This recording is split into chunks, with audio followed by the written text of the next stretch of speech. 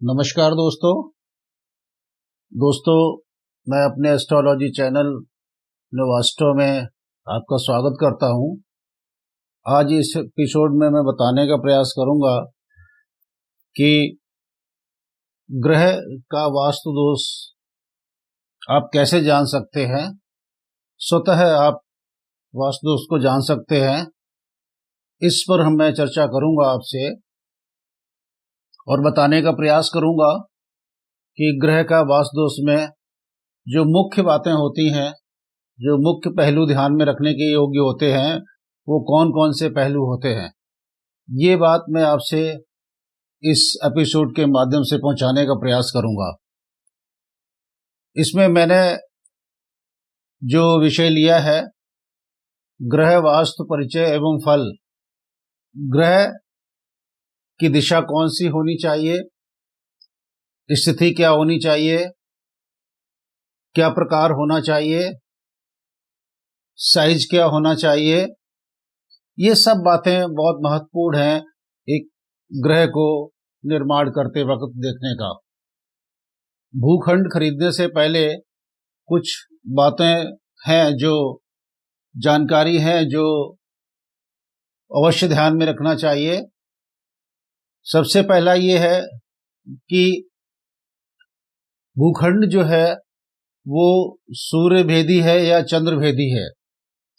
सूर्य भेदी और चंद्र भेदी मकान में आपको बहुत भिन्नताएं मिलेंगी, क्योंकि चंद्र भेदी मकान सभी के लिए बहुत ही उपयोगी रहता है। सूर्य भेदी मकान कुछ परिस्थितियों में उपयोगी रहता है। सूर्य भेदी मकान अगर है तो उसकी सुबह की प्रातः काल की जो किरणें हैं वो अगर आपके ग्रह पर पड़ती हैं और उसके उपरांत जब वो पश्चिम दिशा की ओर अपने मार्ग पर चलता है, तो जो मध्याह्न की जो किरणें होती हैं या अपराह्न की जो किरणें होती हैं, वो अगर मकान पे नहीं पड़ती हैं, तो ऐसी स्थिति में उस मकान को, सूर्यभेदी मकान को भी आप उपयोगी कह सकते हैं। परंतु चंद्रभेदी मकान का उपयोगी होना बहुत ही सुखमय और आनंददायक बताया गया है। तो चंद्रभेदी मकान कौन सा होता है? जिस पर चंद्र का प्रभाव रहे, क्योंकि सूर्य और चंद्र दोनों का उदय जो है वो पूर्व दिशा से होता है, और पूर्व मुख का जो भूखंड होता है या मकान होता है, ग्रह होता है, वो ज्यादा उपयोगी रहता है दूसरे दिशाओं के अतिरिक्त। यहाँ पर मैंने दर्शाया हुआ है, एक चार्ट बनाया हुआ है, जिसमें ये आप देख रहे होंगे, यहाँ पर ये एक चार्ट बनाया हुआ है। ये प्लॉट का ही आकार है। इस प्लॉट को मैंने, इसकी सारी दिशाएं पूर्व है, ये पूर्व मुख का प्लॉट है, ये पश्चिम है इसका, ये दक्षिण है और ये उत्तर है। ये इसको हम यहाँ पर दक्षिण पूर्व कहते हैं, इसको अग्निकोण कहते हैं। हमारे बहुतायत दर्शकों को मालूम भी होगा इस बात का कि इसको पूर्व और दक्षिण के कोने को हम अग्निकोण कहते हैं। उत्तर पूर्व के कॉर्नर को, इसको यहाँ पर हम ईशान कहते हैं, और उत्तर पश्चिम के कॉर्नर को हम वायव्य कोण कहते हैं, उत्तर पश्चिम को, और दक्षिण पश्चिम के कॉर्नर को हम नैऋत्य कहते हैं। अब ये जो ग्रह होता है, जैसे हमारी कुंडली होती है, मानव की कुंडली होती है, उसी अनुरूप में घर की कुंडली भी होती है। घर में पॉजिटिव रेज, नेगेटिव रेज जो वाइब्रेशंस होती हैं वो ग्रहों के अनुरूप होती हैं। तो ग्रहों का भी वहाँ पर बहुत ही महत्वपूर्ण योगदान है। इसलिए मैं ये बताने का प्रयास कर रहा हूँ आपको कि पूर्व दिशा में ये सूर्य की होती है, यहाँ देख रहे होंगे आप। ये दक्षिण दिशा है, दक्षिण दिशा ये मंगल की होती है।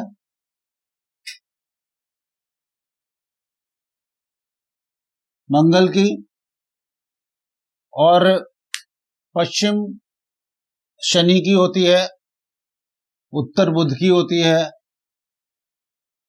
उत्तर पूर्व ये गुरु का स्थान होता है, देवगुरु बृहस्पति का स्थान होता है, ये ईशान कोण जिसको हम कहते हैं। और उत्तर पश्चिम जो है वो चंद्र का होता है, चंद्रमा का स्थान होता है, वायव्य कोण जिसको हम कहते हैं।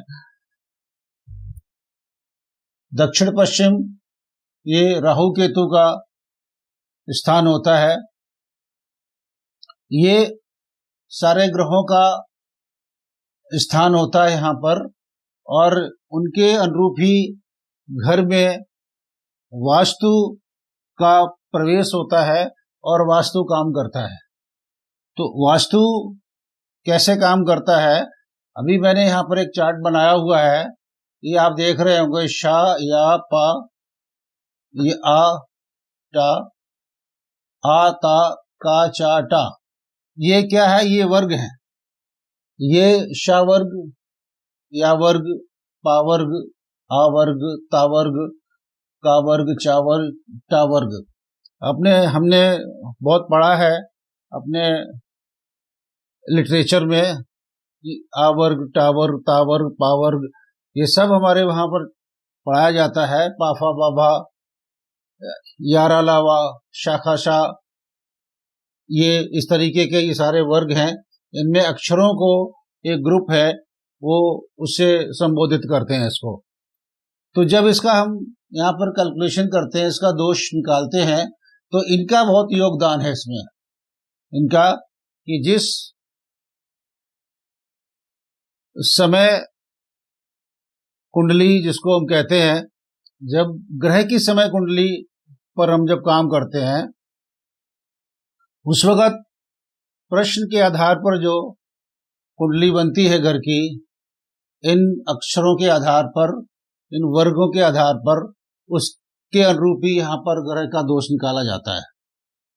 तो मुख्यतः मैं ये बताना चाह रहा हूँ कि ये जो है कॉर्नर है, सभी जितने भी दिशाएं हैं और इनके ग्रह हैं वो उसी अनुरूप में काम करते हैं, और ये इनका मध्य क्षेत्र होता है घर का। आपको याद होगा कि पहले लोग जो घर बनाते थे उनमें बीच में आंगन होता था। आंगन होने का भी क्या बहुत बड़ा अभिप्राय था, पॉजिटिव एनर्जी और इससे संबंधित था सभी। तो आज के समय में स्थान का अभाव है, जगह का अभाव है, इसलिए ये आंगन नहीं हो पाता है शहरों में। ये हमारे लिए एक सोचने का विषय है, परंतु फिर भी अकॉर्डिंगली हम जो है ना इसको वास्तु को देखते हैं और उसका निदान करते हैं। कुछ ऐसी इसमें यहाँ पर हम देख सकते हैं, प्राय मुख्यतः बहुत अंदर तक जाने के लिए, गहराई तक जाने के लिए मैं अगले एपिसोड में आपको बताऊंगा, पर इतना मैं इस एपिसोड में बताने का प्रयास कर रहा हूँ कि आप भी अपने घर का वास्तु इन पॉइंट्स के आधार पर देख सकते हैं और उसमें जो भी सुधार कर सकते हैं। मकान का कंस्ट्रक्शन करना है, घर का कंस्ट्रक्शन करना है, अभी आगे प्लानिंग है, तो उनमें इन बातों का विशेष ध्यान रख सकते हैं, या आगे चल के जो भी मकान का आपका प्लानिंग है उसमें ये सब बातों का ध्यान रखा जा सकता है। इससे आपको लाभ होगा और आगे सुख और आनंद में जीवन रहेगा। तो इसमें ये मैंने देखा है यहाँ पर, ये नेतृत्व भाग जो है आपका, ये यहाँ पर है, ये भाग उच्च भाग मैंने लिखा है, उच्च भाग, और उनका प्रभाव क्या है। आप देख रहे होंगे जिस मकान का कौन सा भाग ऊंचा होना चाहिए, कौन सा नीचा होना चाहिए, और उसके क्या परिणाम होते हैं, वो सारा मैंने यहाँ पर बताया हुआ है। तो इसी अनुरूप में, इसी को हम ध्यान में रखते हुए यहाँ पर अभी हम चर्चा कर रहे हैं इसकी, कि जब नेतृत्व भाग जो है हमारा, ये जिसका अधिपत्य राहु केतु को मिला हुआ है, अगर ये भाग हमारा ऊंचा होता है तो उससे हमको धन धान्य की लाभ होती है, धन धान्य का लाभ होता है। जब भी आपने देखा होगा, और ये जो है भाग हमारा गृह स्वामी का होता है, यहाँ पर गृह स्वामी का भाग होता है। इस जगह पर गृह स्वामी के निवास का प्रावधान है, क्योंकि जो भी वास्तु दोष है, वास्तु का लाभ है, वो सब जो है ना गृह स्वामी के एस्ट्रोलॉजिकली जो इफेक्ट हैं, उनके जो ग्रहों का प्रभाव है, उनकी कुंडली के अनुरूप, वही घर की कुंडली के अनुरूप भी प्रभाव ग्रह अपना फल देते हैं। तो इसलिए ये हम जो विचार कर रहे हैं वो ग्रह और ग्रह स्वामी को ध्यान में रखते हुए सारी चर्चा यहाँ पर कर रहे हैं। तो ये गृह स्वामी का यहाँ पर स्थान होता है, इस बात का आप विशेष ध्यान रखेंगे। पश्चिम भाग जो है हमारा, ये पश्चिम भाग जिसका अधिपत्य शनि को मिला हुआ है, तो अगर ये ऊंचा है आपका तो धन और संतान लाभ होता है, इसको ऊंचा रखना हमको चाहिए हमेशा। उत्तर पश्चिम भाग जो है हमारा, ये हमारा यहाँ पर है, ये वायव्य कोण जिसे हम बोलते हैं, तो उत्तर पश्चिम भाग शुभ होता है और ऐश्वर्यमयी होता है, ऐश्वर्य देता है, और इसका जो अधिपत्य है वो चंद्रमा को मिला हुआ है।